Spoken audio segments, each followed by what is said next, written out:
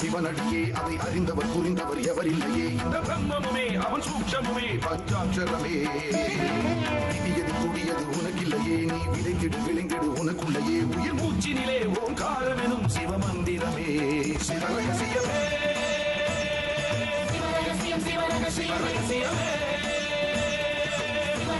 சிவரகசியமே ஆதியும் அந்தமும் சிவனடியே அதை அறிந்தவர் புரிந்தவர் எவரில்லையே இந்த பிரம்மமுமே அவன் சூட்சமுமே பஞ்சாட்சரமே விதியது கூடியது உனக்கில்லையே நீ விதைத்திடு விளைந்திடு உனக்குள்ளையே உயிர் மூச்சினிலே ஓங்காரமெனும் சிவமந்திரமே சிவரகசியமே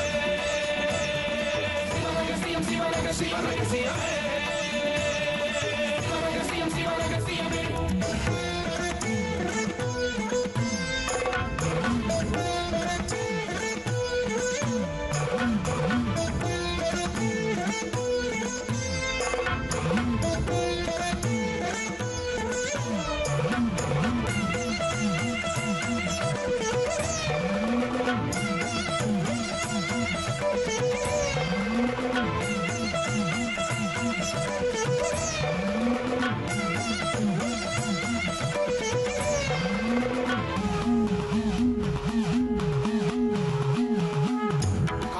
அழித்தலும் படைத்தலும் எவனோ அவனே நிற்பதும் நடப்பதும் பறப்பதும் அவன்தான் சிவனே சித்தர்கள் மொத்தமும் யுத்தமா ஏற்றிடும் தவமே வித்தர்கள் சித்தமும் கலங்கிட மாற்றிடும் சிவமே பூமி காத்தான் பட்டியை காத்திடும் ரசமணி ஈசன் இவனே வழிபடும் மக்கள் வாழ்வினில் அறம்பட ஒளிபட வாழ்ந்திடும் சிவனே அம்பை உடுக்கை உருட்டும் சத்தம் பெறுவான் கொண்டு வெகுண்டு காக்க வருவான் கங்கை கொண்டு சூலம் ஏந்தும் இவர் அபிராமி கொண்ட உலகம் போற்றும் சிவனே ஓம் நம சிவாய ஆதியும் அந்தமும் சிவனடியே அதை அறிந்தவர் புரிந்தவர் எவரில்லையே இந்த பிரம்மமுமே அவன் சூட்சமுமே பஞ்சாட்சரமே விதியது கூடியது உனக்கில்லையே நீ விதைத்திடு விளைந்திடு உனக்குள்ளையே உயிர் மூச்சினிலே ஓங்காரமெனும் சிவமந்திரமே சிவரகசியமே சிவரகசியமே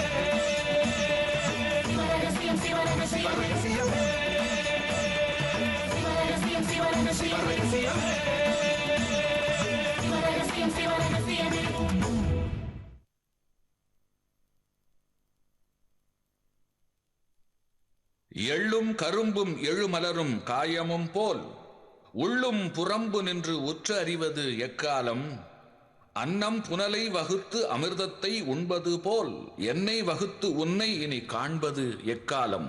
பத்திரகிரியார்.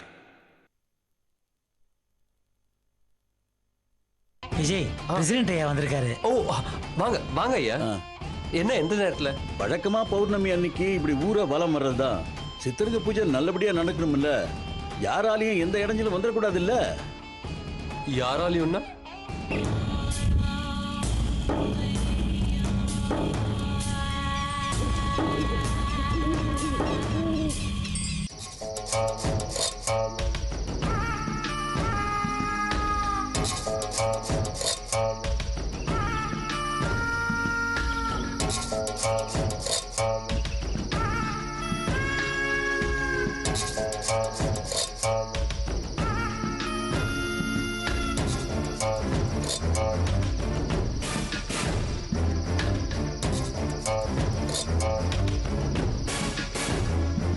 அந்த வேற கொடு.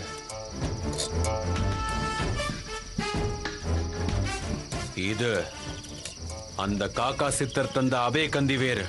இது இருக்க நமக்கு என்ன கவலை? இந்த காட்டுல எந்த பக்கம் போறது ஆசானே? இந்த வனத்தோட ஈசானிய மூலைக்கு போகணும். அங்கேதான் நமக்கான மூலிகைங்க இருக்கு.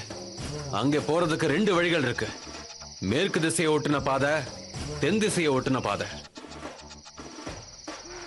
தென் திசையில சித்தர்கள் நடமாட்டம் அதிகமாய் நம்ம மேற்கு திசையை ஒட்டின பாதையில போகணும். அப்போதான் நம்ம வர்றது யாருக்கும் தெரியாது. வா போலாம்.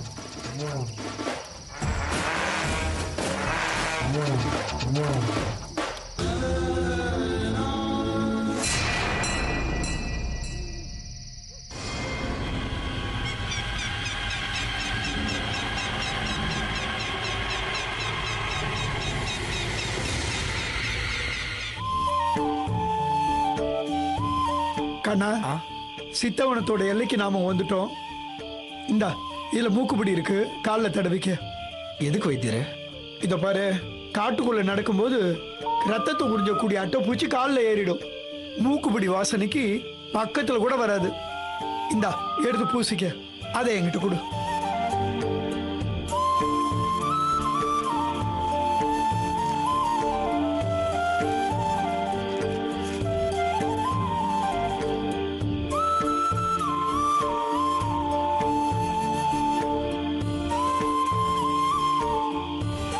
அதை என்கிட்ட கொடு, நானும் தடவிக்கிறேன். இந்த இதை பிடி, பார்த்து இதையும் பிடி.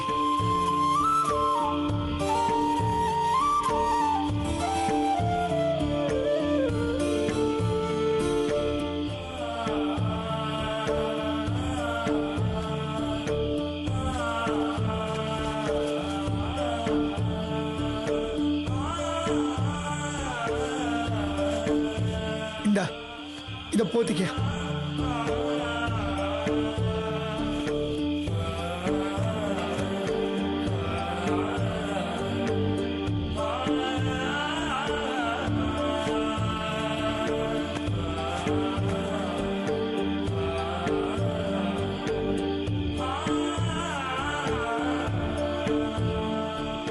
கண்ணா, நிலா வெளிச்சத்துல பாதை நல்லா தெரியுது.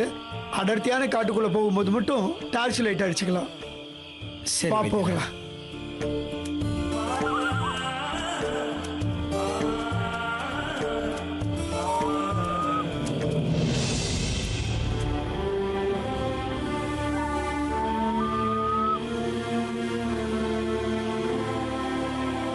கண்ணா, இன்னும் கொஞ்சம் தூரம் தான் கன்னிமூலை வந்துடும்.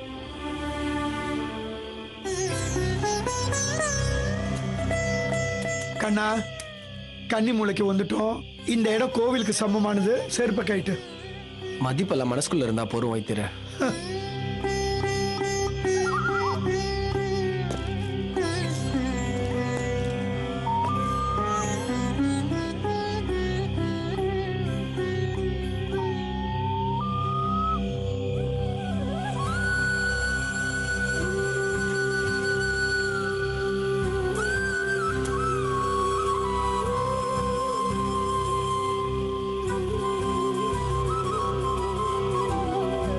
தேங்காய் கொடு.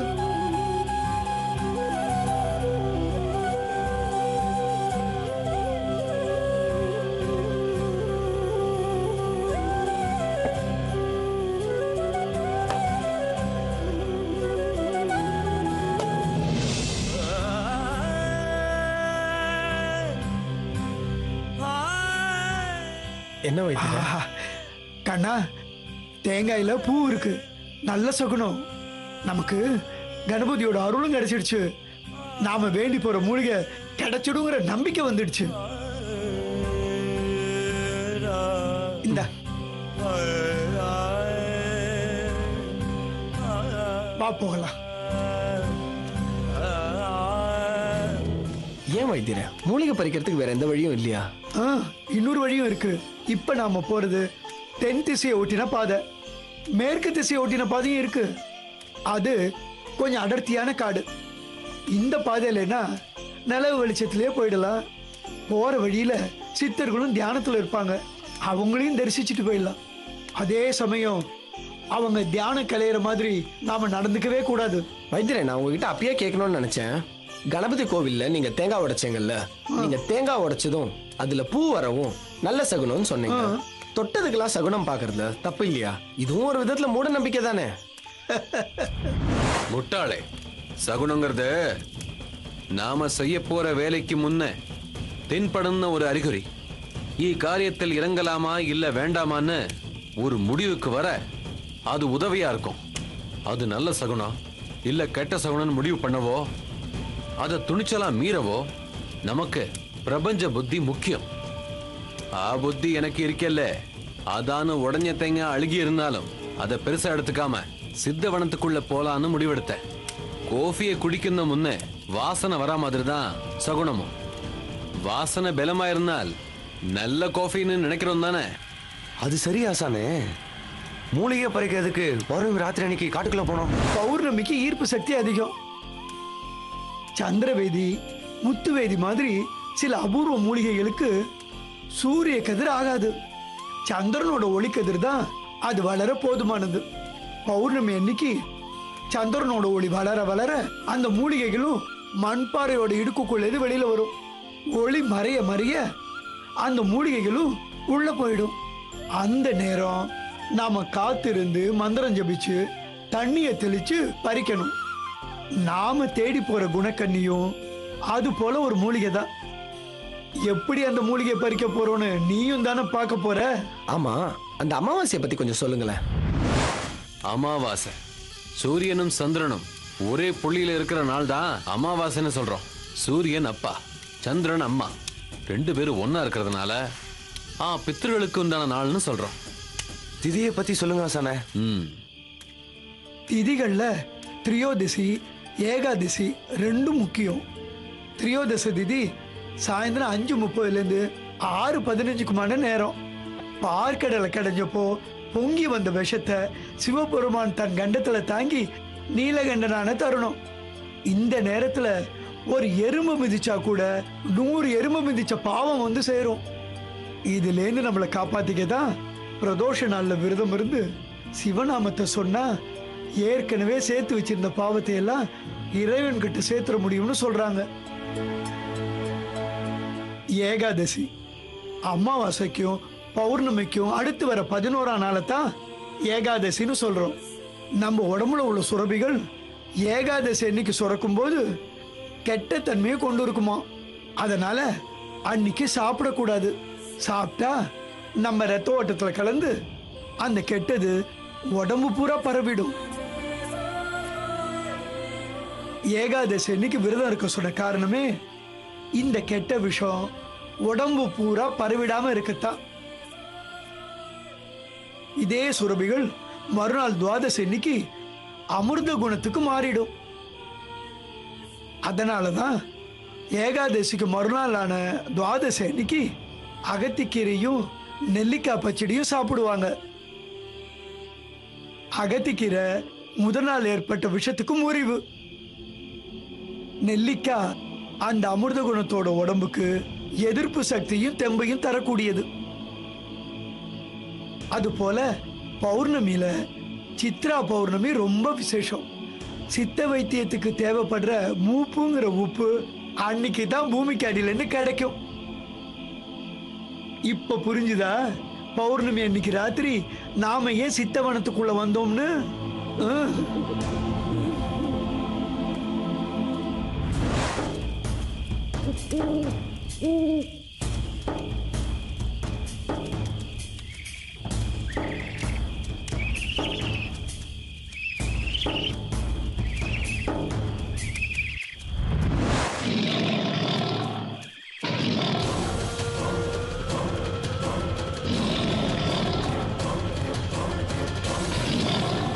கண்ணா, அவசரப்பட்டு சுட்டுடாத. காக்கை சித்தர் கொடுத்த வேறு இருக்கு.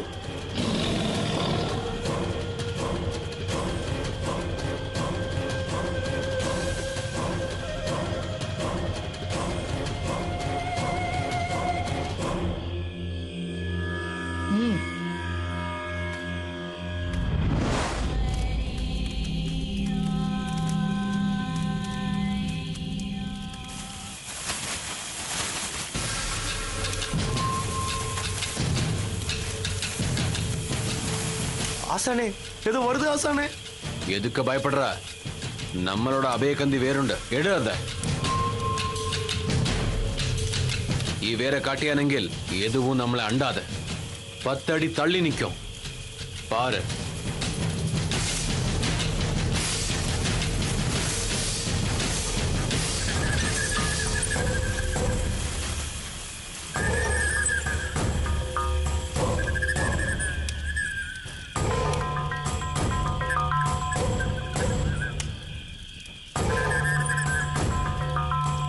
பாத்தியா, வந்தது திரும்ப போய்.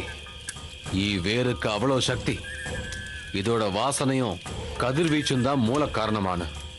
இந்த அப்படி பத்திரமா வச்சுக்கா. சரி, வா.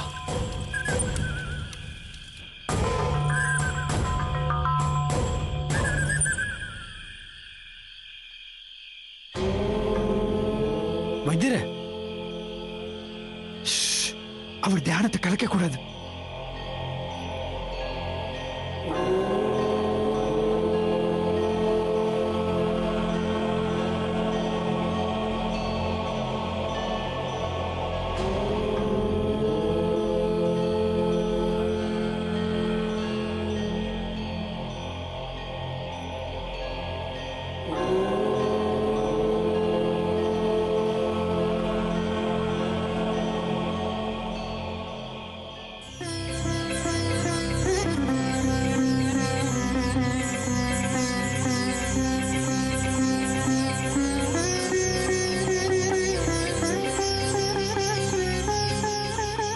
கண்ணா, இந்த வனத்தோட தென்மேற்கு திசையான கன்னி மூலையிலேருந்து இப்பதான் தென் திசைக்கு வந்திருக்கோம்.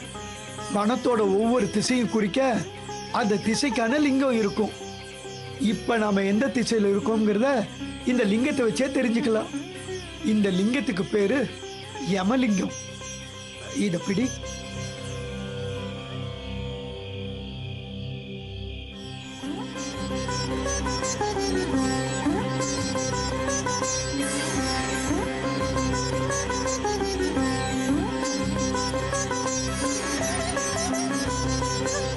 இங்க இருந்து நாம வடகிழக்கு திசையான ஈசான மூலைக்கு போறோம்.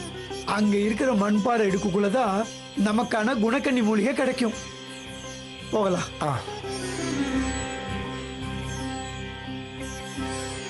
வைத்தியரே, வைத்தியரே, வைத்தியரே,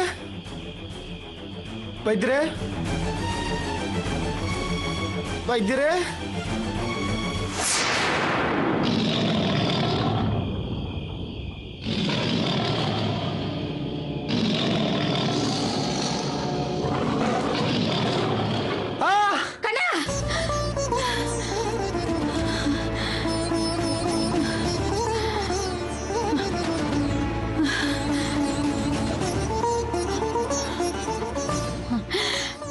கடவுளே, ஈஸ்வரா, கண்ணனுக்கு எந்த ஆபத்து இல்லாம நீங்க தையா அவனை காப்பாத்தணும்.